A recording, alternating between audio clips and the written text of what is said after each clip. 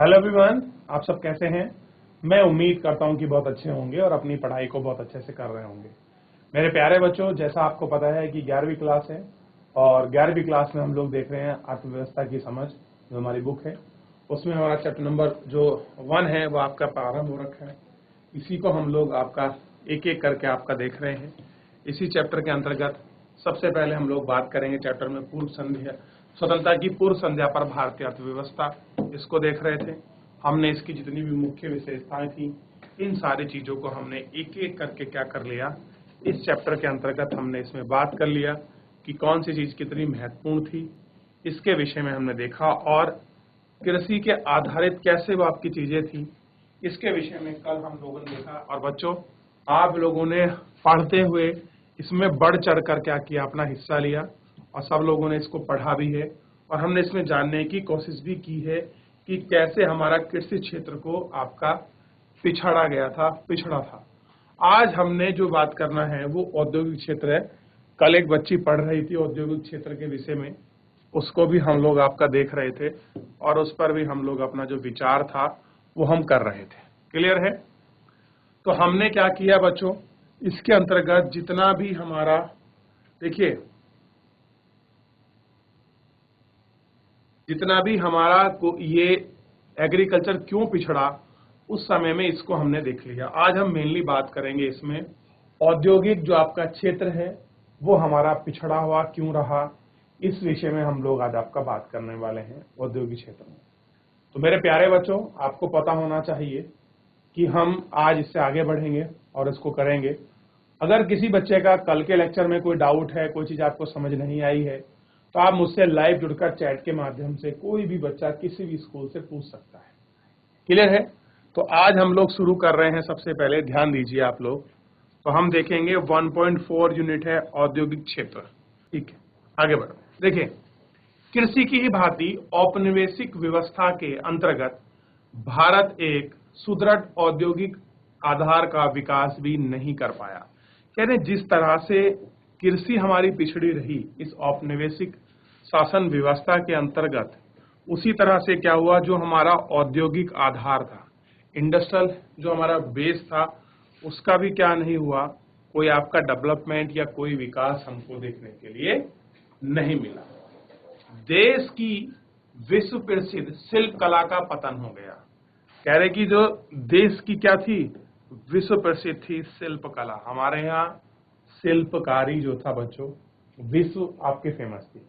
चाहे वो प्राचीन समय रहा हो, चाहे हमने मध्य काल को देखा हो, हमारे शिल्प कला, हमारे सूती वस्त्र, हमारे रेशमी वस्त्र, हमारी मूर्ति बनाने की कला, चाहे वो मिट्टी की हो चाहे धातु की हो, विश्व विख्याति प्राप्त थी हमारे यहाँ के शिल्पकारों को, जो आपकी मूर्ति बनाते थे।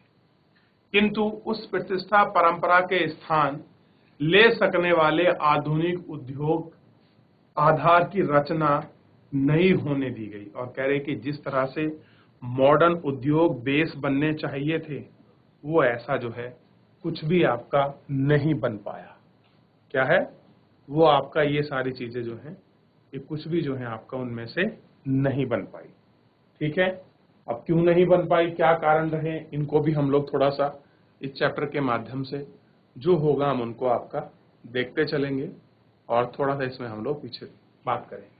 देखिए थोड़ा सा पीछे, विदेशी शासकों का दोहरा उद्देश्य था। अब हमारे यहाँ डेवलपमेंट क्यों नहीं हो रहा था, इसमें जो आपके विदेशी शासक थे, यानी कि जो भारत में यहाँ आपका रूल कर रहे थे, उनके पीछे दो आपके मोटिव थे, दोहरे मोटिव। क्या थे उनके दोहरे उद्देश्य को देख लीजिए। एक तो वे भारत को इंग्लैंड में विकसित हो रहे आधुनिक उद्योग के लिए कच्चे माल का निर्यात बनाना चाहते। क्या मतलब था कि भारत को किस तरह से प्रयोग करना है कि इंग्लैंड में जो विकसित हुए हैं, क्या विकसित हुए हैं, आधुनिक उद्योग, जो आपकी मॉडर्न इंडस्ट्री लगी है, उसमें जो आपका रॉ मटेरियल है, जो कच्चा माल है, उस कच्चे माल का उनको क्या बनाना था, निर्यातक। ध्यान दीजिए, उनको उस कच्चे माल का आपको निर्यातक के रूप में आवश्यकता थी। ठीक, यानी कि भारत से माल, आपका रॉ मटेरियल, कच्चा माल ले जाया जाए और उस रॉ मटेरियल को कहां पहुंचा दिया जाए, ध्यान दीजिए, उस रॉ मटेरियल को आपका इंग्लैंड तक उसको भेज दिया जाए। दूसरे, वे उद्योग के उत्पादन के लिए भारत को ही एक विशाल बाजार बनाना चाहते थे। अब देखिए, उद्योग से जो उत्पादन हुआ है, मान लीजिए जो आपका प्रोडक्शन करा है बहुत बड़े उद्योग ने, अब उसको बेचेंगे कहाँ, ये भी तो समझिए। अब बेचने के लिए तो कोई उनके पास ऐसा बाजार था नहीं कि जहां उसको वो आपका बेच दें, क्या कर दें। तो उनके सामने दूसरा ऑप्शन क्या रखा गया कि हम लोग क्या करें, हम इस प्रकार से उद्योग की रचना करें, उनका ध्यान रखें कि क्या कर सकें हम इसमें, ध्यान दीजिए, ताकि हम भारत को क्या बना सकें, उत्पादन के लिए भारत को एक विशाल बाजार बनाना चाहते थे। क्या बनाना चाहते थे कि भारत क्या उभरे, एक आपका जो विशाल बाजार है, एक विशाल बाजार बनके हमारे सामने उभर जाए। ऐसी उनकी कोशिश थी, ऐसी उनकी चाहत थी कि हम लोग भारत को कच्चे माल के साथ साथ क्या कर लें, एक आपका बच्चों ध्यान दीजिए, कच्चे माल के साथ साथ हम एक भारत को विशाल बाजार बना दें। ये उनकी अपनी सोच और टेंडेंसी के साथ वो भारत में काम कर रहे थे। इस प्रकार उन उद्योगों के प्रसार के सहारे वे अपने ब्रिटेन के लिए अधिकतम लाभ सुनिश्चित करना चाहते थे। कोशिश क्या थी कि वो क्या कर सकें, अधिक से अधिक लाभ जो है वो आपका सुनिश्चित कर सकें। उनकी ऐसी कोशिश थी, क्या हो, उनको अधिक से अधिक आपका प्रॉफिट हो। ठीक, इसके साथ वो आपका इस दिशा में आपका काम कर रहे थे और यही उनकी कोशिश थी। ठीक है, अब देखिए, जहां एक और भारी स्तर पर बेरोजगारी फैल रही थी, वहीं स्थानीय उत्पाद से वंचित भारतीय बाजारों में मांग का प्रसार हो रहा था। अब स्थानीय जो उत्पाद थे, चाहे हाथ का बना कपड़ा हो, हाथ के बनी मूर्ति हो, हाथ का बना उद्योग हो, या कुछ भी ऐसी चीजें जो हमारे हाथ के हस्तकरघा जो लोग बना रहे थे, वो क्या हो रहा था, वो खत्म हो रहा, नहीं मिल रहा था। और उससे क्या हुआ, उससे पहले आपकी बेरोजगारी फैल रही। अब वो नहीं होगा तो भारतीय बाजारों में क्या होगी, अब वस्तु की आपकी मांग तो होगी, चीजों को कहां से पूरा किया जाए, तो उस मांग का प्रसार, यानी कि उस मांग को, खपत को पूरा करने के लिए इंग्लैंड में जो आपके सस्ते निर्मित वस्तुएं थी, उनको क्या किया गया, भारत में आयात कर उन उत्पादों को लाभपूर्ण तरीके से लाया गया और फिर उनको बेचा गया। यानी कि कच्चा माल हमारा इंग्लैंड में मैन्युफैक्चरिंग हुआ, बाजार हमारे, खरीदने वाले हमारे, पैसा हमारा, और प्रॉफिट किसको, इंग्लैंड के लोगों को, ब्रिटेन के लोगों को। सोचिए किस तरह की उनकी नीति थी। आप इस नीति को थोड़ा सा ध्यान दीजिए कि वो किस तरह की नीति का पालन कर रहे थे, समझिए और देखिए। कुछ डाउट बनता है तो आप मुझसे पूछ लीजिए मेरे प्यारे बच्चों, फिर आगे बढ़ेंगे। अगर कोई आपका डाउट है, कोई कमेंट है, कोई चीज आपको समझ नहीं आ रही है तो आप पूछ सकते हैं। पूछ लिया बच्चों, देख लिया, आगे बढ़ते हैं। ध्यान दीजिए, 19वीं शताब्दी यानी कि 90th जो आपकी सेंचुरी आई, शताब्दी के उत्तरार्ध में, यानी कि जब लास्ट में भारत में कुछ आधुनिक उद्योगों की स्थापना हुई। कुछ क्या हुए, आपके भारत में भी मॉडर्न इंडस्ट्री लगी। कौन लगा रहे थे उसे, ये आधुनिक इंडस्ट्री भारत के ही लोग लगा रहे थे। किंतु उनकी उन्नति बहुत धीमी थी। उन्नति का मतलब होता है विकास बहुत धीमा था। प्रारंभ में तो यह है, विकास केवल सूती वस्त्र और पटसन उद्योग से आरंभ हुआ। क्या था, ये सूती वस्त्र बना रहे थे और जो पटसन है उसी के उद्योग पर चीजें चल रही थी। ठीक, सूती कपड़ा मिल प्राय भारतीय उद्यमियों द्वारा लगाई गई, और कह रहे हैं कि जो भी आपके सूती मिल थी, कौन लगा रहे थे, भारत के जो उद्योगपति थे वही इसको लगा रहे थे। ठीक, और ये देश के पश्चिमी क्षेत्र, आज के महाराष्ट्र और गुजरात में अवस्थित हैं। और कहा है कि जो पश्चिमी क्षेत्र जो गुजरात और महाराष्ट्र है, इसी जगह पर इनको क्या था, आपका सबसे पहले स्टैब्लिश किया गया था। पटसन उद्योग की स्थापना का श्रेय विदेशियों को दिया जाता है। ये जो पटसन इंडस्ट्री लगी है, इसका जो हम श्रेय देते हैं वो किसके देंगे? विदेशियों को। यह उद्योग केवल बंगाल तक सीमित रहा। 20वीं शताब्दी के आरंभिक वर्षों में लोहा इस्पात का उद्योग प्रारंभ हुआ। टाटा आयरन स्टील कंपनी, जिसको बोलते हैं टिस्को, की स्थापना 1907 में हुई। कब हुई बच्चों? टिस्को। तो आप इसका नाम लिख लीजिए, TISCO, Tata iron steel authority organization. ठीक है। दूसरे विश्व युद्ध के बाद चीनी सीमेंट, कागज उद्योग आदि के भी कुछ कारखाने स्थापित हुए। कौन कौन से कारखाने लगे? सीमेंट का है, कागजी का है। इन उद्योग के भी जो कारखाने हैं वो भारत में आपके एस्टैब्लिश होने लगे थे। तो ये कंडीशन थी थोड़ा भारतीय उद्योग का जो आपका सफर रहा, किस मोटिव के साथ वो चले, आप ये पढ़कर अपना अंदाजा लगा सकते हैं। आप इनको पढ़कर जो है समझ सकते हैं। तो फिलहाल इससे आगे कुछ पूछना है तो आप मुझसे पूछ सकते हैं मेरे प्यारे बच्चों। कोई भी आपका डाउट है, कोई भी आपका कमेंट है, कोई चीज आपको समझ नहीं आ रही है, आप मुझसे पूछ सकते हैं मेरे प्यारे बच्चों। नहीं तो फिर हम लोग चैप्टर में क्या है, थोड़ा सा आगे की तरफ आपका बढ़ जाते हैं और जो महत्वपूर्ण पॉइंट हैं उन सभी महत्वपूर्ण पॉइंटों को हम लोग देखते हैं और उन पर हम लोग आपका गौर भी करेंगे। क्लियर है? ये आपको ध्यान रखना है। किंतु भारत में भावी औद्योगिकरण को प्रोत्साहित करने हेतु पूंजी उद्योग का प्राय अभाव ही बना रहा। अब कह रहे भारत में जितने भी अन्य उद्योग थे उनका भी क्या बना रहा? पूंजी उद्योग का जो अभाव है वो बना रहा। पूंजीगत उद्योग वे उद्योग होते हैं जो तत्कालीन उपभोग का काम आने वाली वस्तुओं के उत्पादन के लिए मशीनों और कल पुर्जों का निर्माण करते हैं। क्या करते हैं बच्चों? जो आपकी मशीन है और जो आपके कल पुर्जे हैं उनका वो आपका निर्माण करते हैं। यंत्र तंत्र कुछ कारखानों की स्थापना से देश के पारंपरिक शिल्प कला आधारित निर्माणशालाओं के पतन की भरपाई नहीं हो पाई। यही नहीं, नव औद्योगिक क्षेत्र की समृद्धि दर भी बहुत कम थी। और कह रहे हैं कि जो नव औद्योगिक क्षेत्र था उसकी जो दर थी, दर मतलब जो रेट है वो क्या रही आपका? बहुत कम थी। और सकल घरेलू उत्पाद यानी कि सकल वर्धित मूल्य में इसका योगदान भी बहुत कम रहा। क्या रहा? जो उनका योगदान है वो भी बहुत कम रहा। इस नए उत्पादन क्षेत्र की एक नई अन्य महत्वपूर्ण कमी यह थी कि इससे सार्वजनिक क्षेत्र का कार्य क्षेत्र भी बहुत कम रहा। वास्तव में ये क्षेत्र प्राय रेलों, विद्युत उत्पादन, संचार बंदरगाहों और कुछ विभागीय उपक्रम तक ही सीमित था। कैसा था? कुछ विभागीय जो उपक्रम थे उन्हीं तक कैसा था आपका? सीमित था। ठीक, ये आपको थोड़ा सा ध्यान रखना है। क्लियर है?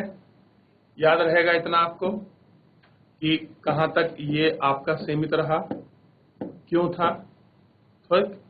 थोड़ा सा आप इसको ध्यान रखिए और आप इसको ध्यान बनाए रखें। क्लियर है?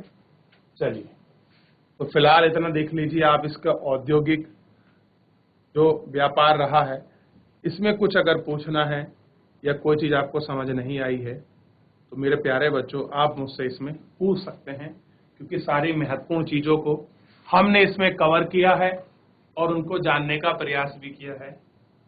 ये किस प्रकार से महत्वपूर्ण है और क्या चीजें हैं, पूछ लीजिए कोई अगर डाउट है तो।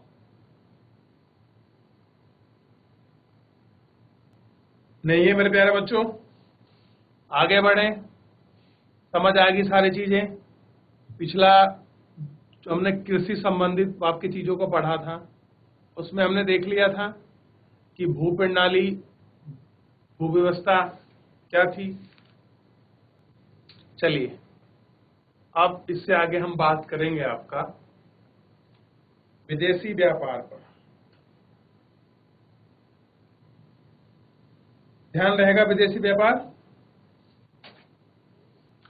आगे देखते हैं कि विदेशी व्यापार में क्या स्थिति आपकी बनी रही। तो इसमें किसी बच्चे का कोई भी आपका प्रश्न नहीं है तो हम लोग आगे बढ़ जाते हैं, क्योंकि जब तक आप कोई टॉपिक ये खत्म होता है तो हमारा जानना जरूरी है कि अगर कोई चीज समझ नहीं आई है तो हम उसको आगे बढ़ जाएं और अगले क्रम में उसकी बात करें। देखिए, विदेशी व्यापार प्राचीन समय से ही भारत एक महत्वपूर्ण व्यापारिक देश रहा है, किंतु औपनिवेशिक शासन द्वारा अपनाई गई वस्तु उत्पादन व्यापार सीमा शुल्क के प्रतिबंधकारी नीति ने भारत के विदेशी व्यापार की संरचना और स्वरूप का आकार बहुत प्रतिकूल प्रभाव पड़ा है। कैसा पड़ा है? प्रतिकूल प्रभाव। क्यों पड़ा है? क्योंकि जब औपनिवेशिक शासन व्यवस्था बनी तो यहाँ जो वस्तु का उत्पादन है, जो व्यापार है और सीमा शुल्क, अगर आपको अपना सामान किसी और को बेचना है ब्रिटिश से अलग तो उस पर जो टैक्स लगता था, इन सारी प्रतिबंध नीतिकार ने क्या कर दिया, जो विदेशी व्यापार भारत में बना उसका संरचना, स्ट्रक्चर, उसका स्वरूप और उसका साइज, वो सब का उसको जस्ट आपका उलट कर रख दिया है। क्लियर है? यह आपको पता होना चाहिए। ये इफेक्ट हुआ आपका इस नीतियों से। परिमाण स्वरूप भारत कच्चे माल जैसे रेशम, कपास, ऊन, चीनी, नील, पटसन निर्यातक होकर रह गया। साथ ही सूती, रेशमी, ऊनी, अंतिम जैसे उपभोक्ताओं, इंग्लैंड के कारखानों में बनी हल्की मशीन आदि का आयात हो गया। व्यवहारिक रूप से इंग्लैंड ने भारत के आयात निर्यात पर एकाधिकार जमा लिया। भारत का आधे से अधिक व्यापार केवल इंग्लैंड तक सीमित रहा। से कुछ व्यापार चीन, श्रीलंका, ईरान से भी होने दिया जाता था। स्वेज नहर का व्यापार मार्ग खुलने से भारत के व्यापार पर अंग्रेजी नियंत्रण और भी सख्त हो गया। यानी कि जैसे ही आपकी स्वेज नहर खुली तो उन्होंने और उस बाजार को अपने बाजार को अच्छे से आपका कब्जाने का प्रयास किया। क्लियर है?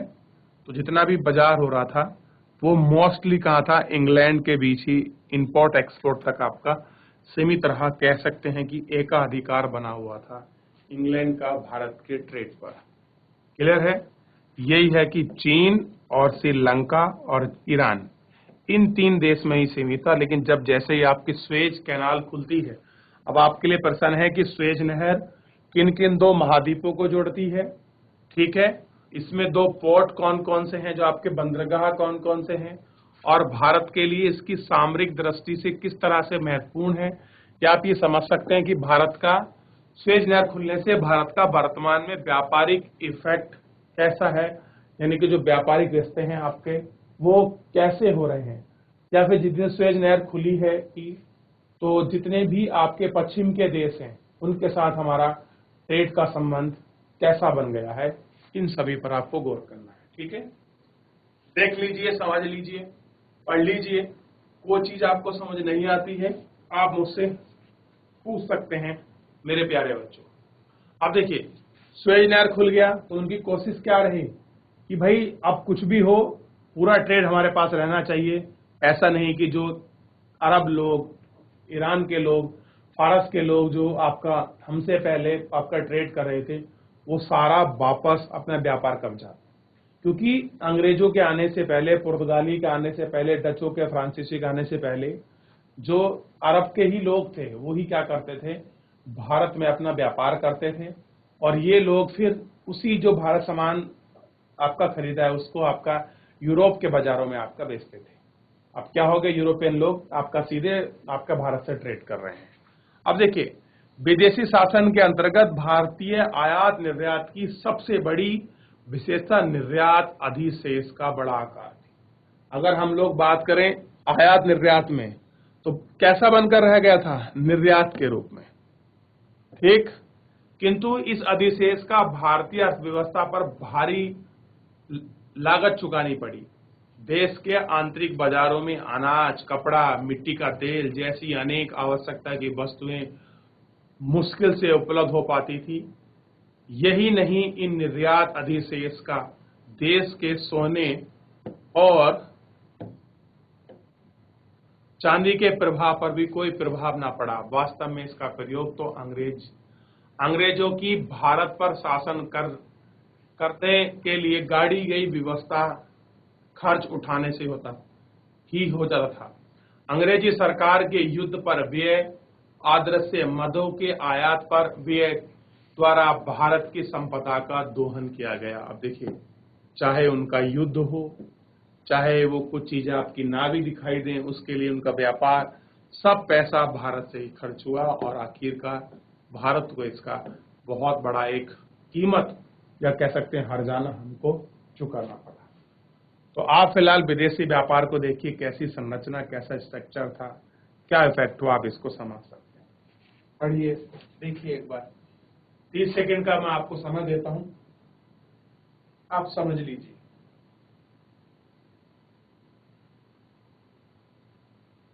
देख लिया बच्चों? तो अब हम पढ़ेंगे जननांकीय परिस्थिति। ठीक है, थोड़ा इसको भी हम लोग आपका देख लेंगे और इसके विषय में भी हम लोग जो है आपका बात करेंगे। फिलहाल अगर आपको पुराना कुछ पूछना है, आप पीछे से पुनः एक बार मैं आपको मौका दे रहा हूं, आप एक बार पूछ लीजिए, कुछ जानना है जान लीजिए। लेकिन जननांकी से पहले थोड़ा सा एक बार हम सुएज नहर के विषय में पढ़ लेते हैं। सबसे पहले हम व्यवहारिक रूप से सुएज नहर को देख लेते हैं, क्योंकि ये ज्योग्राफी का भी क्वेश्चन है। देखिए, सुएज नहर उत्तर पूर्व मिस्र सुएज स्थल संधि के आर पार उत्तर दक्षिण की ओर प्रवाह होने वाला कृत्रिम जल मार्ग है। यानी कि हमारे हाथ से बनाई गई, मैन मेड है ये, अगर आपका कृत्रिम है तो। यह है भूमध्य सागर, ध्यान दीजिए, मिस्र के पोर्ट शहीद और लाल सागर, यानी कि लाल सागर और भूमध्य सागर को ऐड करती है। किसको ऐड करती है? ध्यान दीजिए, आपको अभी पता लग जाएगा। ये दो सागर हैं, लाल सागर और भूमध्य सागर को जोड़ती है और सुएज खाड़ी जोड़ा जाता है। इस नहर से अमेरिका और यूरोप में आने वाले जहाजों, दक्षिणी एशिया, पूर्वी अफ्रीका तथा प्रशांत महासागर तटवर्ती देशों के लिए एक छोटा और सीधा जलमार्ग सुलभ हुआ है। कहां? यूरोप और अमेरिका में ये व्यवस्था हुई। ठीक, प्रशांत महासागर तटवर्तीय महादेशों के छोटे और सीधे जलमार्ग सुलभ हुए हैं।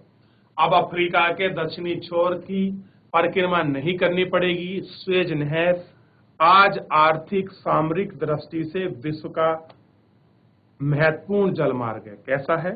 भारत का ही नहीं बल्कि विश्व का भी आर्थिक समृद्धि। ये कब खुला? 1869 में। इसके खुल जाने के बाद परिवहन लागत यानी कि ट्रांसपोर्ट कॉस्ट बहुत कम हो गई और भारतीय बाजार तक पहुंच सुगम हो गई। ठीक, ये आपको ध्यान रखना है। थोड़ा सा मैप के नजर से आप लोग नजर दौड़ाइए, फिर हम लोग देखते हैं। देखिए, ये रहा सुएज नहर, ये देखिए, ठीक, और ये वाला जो पार्ट है ये भूमध्य सागर। कौन सा है? भूमध्य सागर।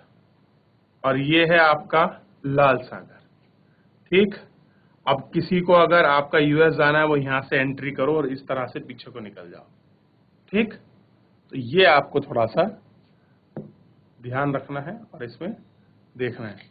जिन दो पोर्ट की हम लोग आपका बात कर रहे थे, ये देखिए, यहां आपको मिलेगी, एक यहां मिल जाएगा आपको। देख लिया? देख लीजिए एक बार। अगर ये साथ में आप एक काम करिएगा, आपको ज्यादा अच्छा समझ आएगा कि आप इसको विश्व के महाद्वीप के साथ जोड़कर ऐड कर अगर आप लोग इसको देख लेते हैं, आप इसको पढ़ लेते हैं, तो सुएज नहर की स्थिति आपको समझ आएगी कि भारत से आपका ट्रेड करके कैसे हम आपके पूर्वी देशों, जो पश्चिमी देश हैं, चाहे उसमें हम लोग जा सकते हैं। पहले हम लोग क्या था, हम लोग भारत से नीचे जाते थे केरल साइड, फिर केरल से हम सीधा पहुंचते थे अफ्रीका, अफ्रीका में जो केप बुड हॉग है वहां पहुंचते थे। उसके बाद हम लोग नॉर्थ अमेरिका, साउथ अमेरिका जाना पड़ता था, यानी कि बहुत लंबा समय और बहुत ज्यादा परिवहन खर्चा था। लेकिन सुएज नहर खुलने से हम सीधा वहां अब आसानी से पहुंच सकते हैं। तो मेरे प्यारे बच्चों, फिलहाल आज के लिए इतना ही। जनसंख्या का जो आपका पार्ट है, इसमें हम लोग जो आपका देख रहे थे जननांगीय परिस्थितिकी, इसको हम लोग कल देखेंगे। फिलहाल आज के लिए इतना ही। आप अपने चैप्टर को रिवीजन करिए, पढ़िए, कोई चीज समझ नहीं आती है आप मुझसे पूछिए, और एक बार प्लीज आप लोग सुएज नहर को विश्व मानचित्र में जरूर देखिएगा, तब आपको सारी चीजें क्लियर हो जाएंगी। फिलहाल आज के लिए इतना ही। मिलते हैं नेक्स्ट लेक्चर में। मुझसे जुड़ने के लिए आपका बहुत बहुत धन्यवाद।